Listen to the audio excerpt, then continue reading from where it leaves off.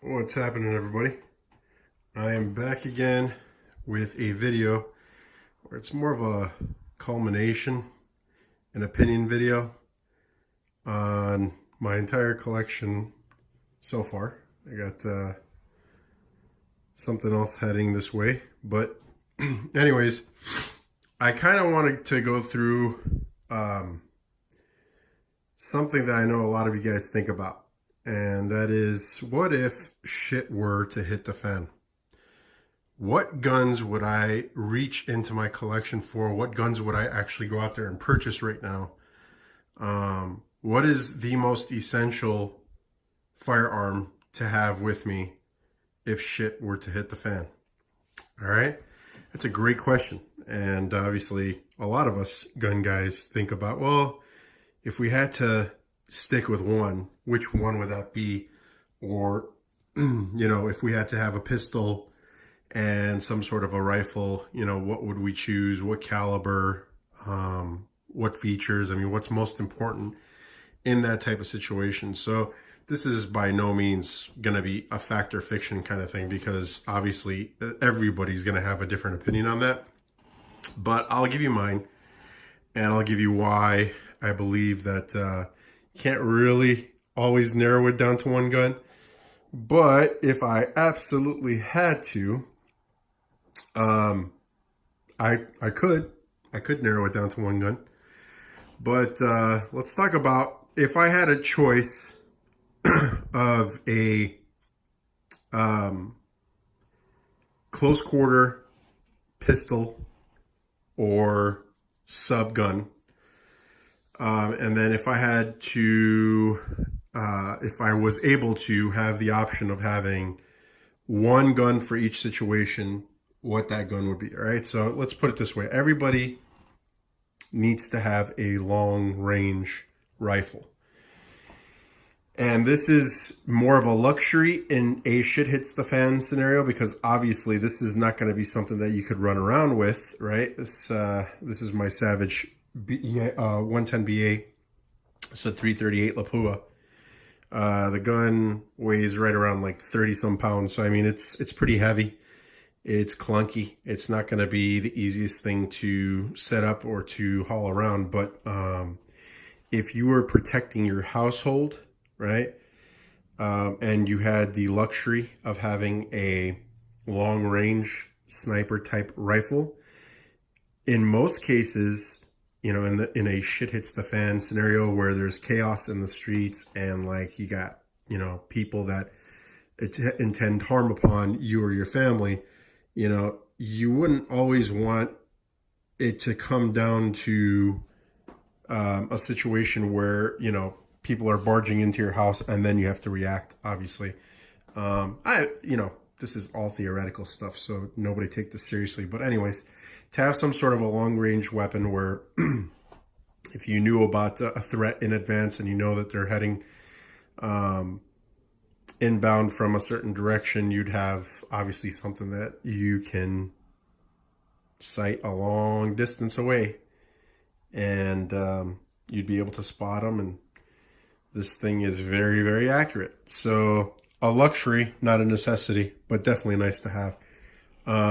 If you needed a close quarters type of weapon, so whether that be a pistol or like a sub gun, I'd prefer a sub gun, just because you're not really adding that much in terms of length or weight or anything like that.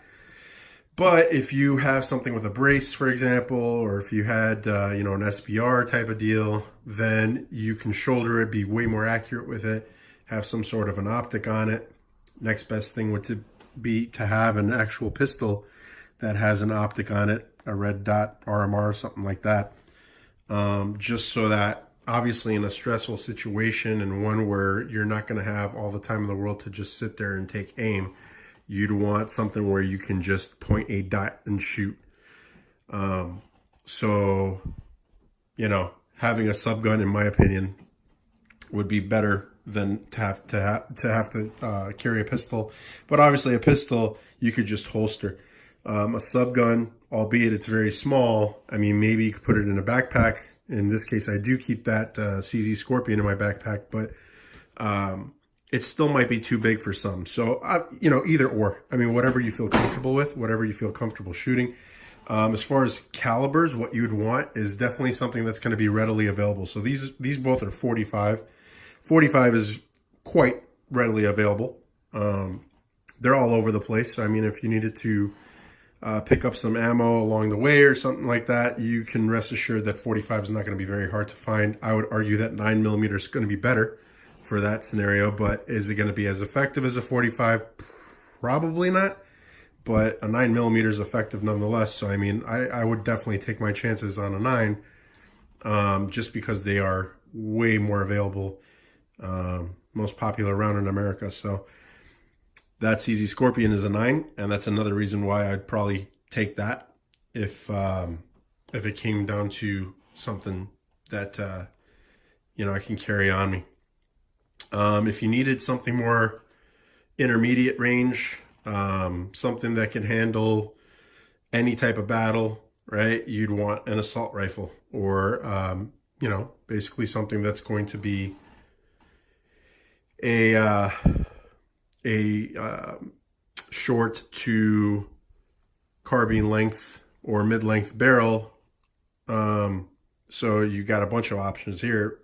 You've got ARs, you've got AKs, you've got other types of battle weapons. So an AK obviously is a popular choice because again, as far as round availability, the 7.62x39 round, obviously very popular. It's all over the damn place. These guns are fail-safe, as we all know.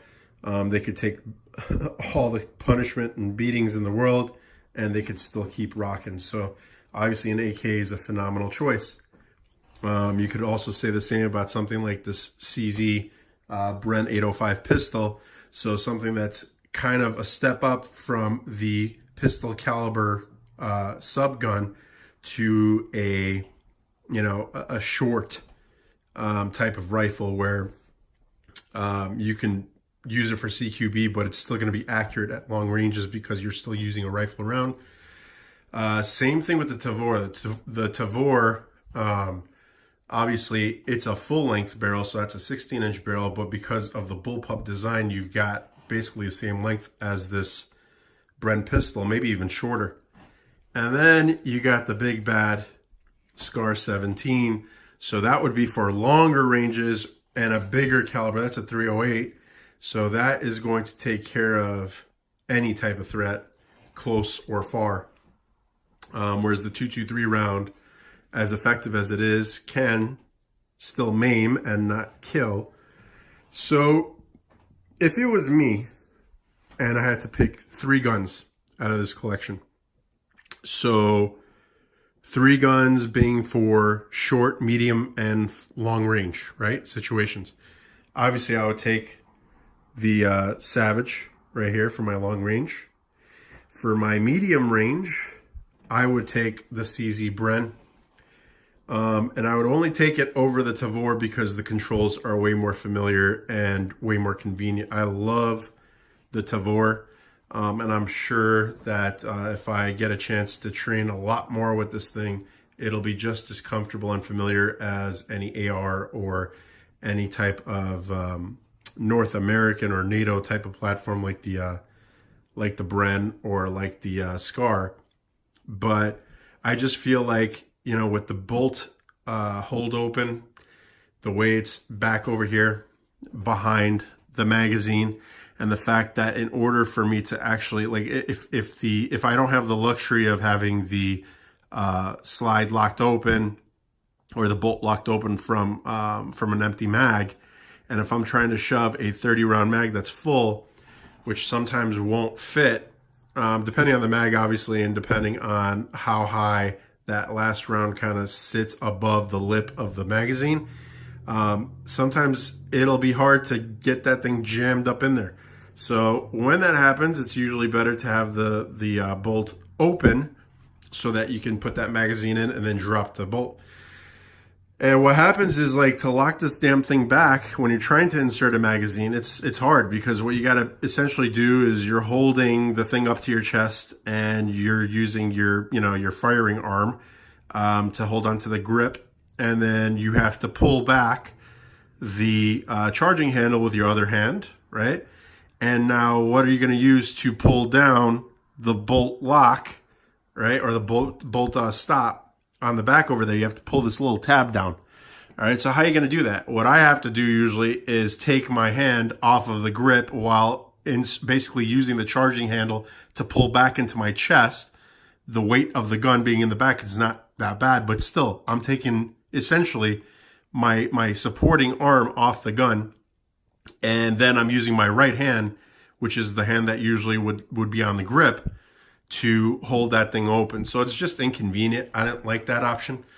If they ever come out with something that's more towards the trigger area for a bolt hold open, sort of what you get with like the ACR or with the new BREN 2, that would be pretty cool. But until then, the Tavor would not be my first option. That would go to the CZ BREN, just because this thing is another piston-driven rifle, or in this case, a pistol, much like the AK, much like the SCAR.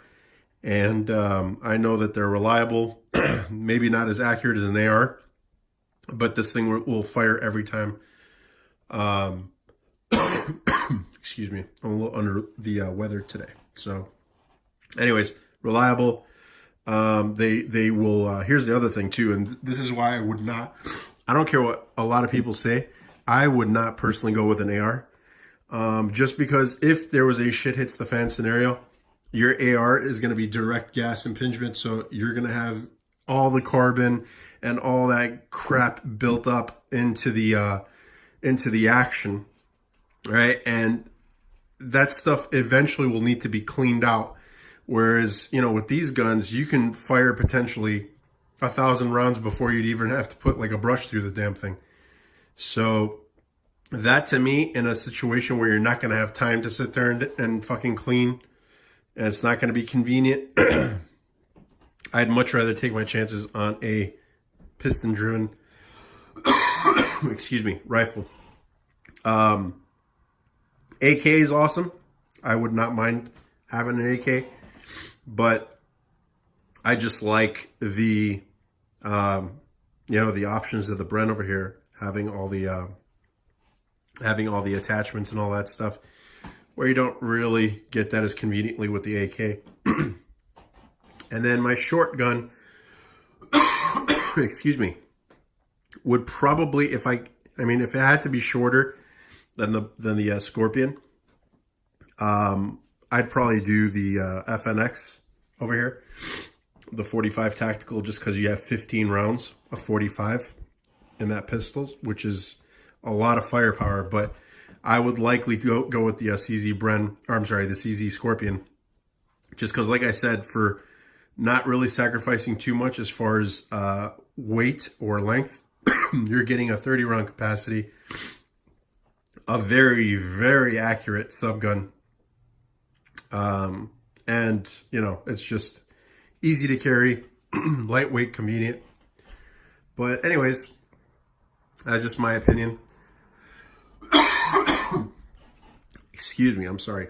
The SCAR is probably the best one option. If you had to take one, just one, I'd probably just take the SCAR. Now, the only reason I hesitate to say that is because at a 308 round, it's not the most readily available.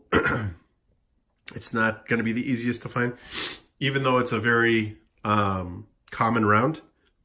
They just don't carry it in the bulk that they do 223, 9mm, 45 even. So I would hesitate to just take one. But if I had to just run with one of these out of the house for all situations, that SCAR is just about unbeatable. But I'll tell you, that BREN is pretty fucking close. Pretty fucking close. Like, I would not mind, you know, if the BREN was closer as far as reach, right, to my reach than the SCAR was, I'd probably just go with the BREN. And the BREN is every bit as reliable as the SCAR, and I would argue that it's got better build quality than the SCAR.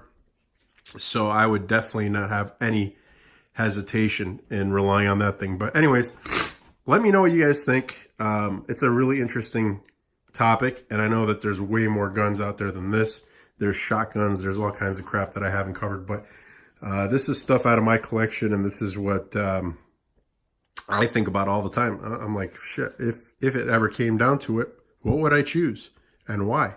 So if you have an opinion on either from this collection what you would go with, or from your own, by all means chime in, and should be some interesting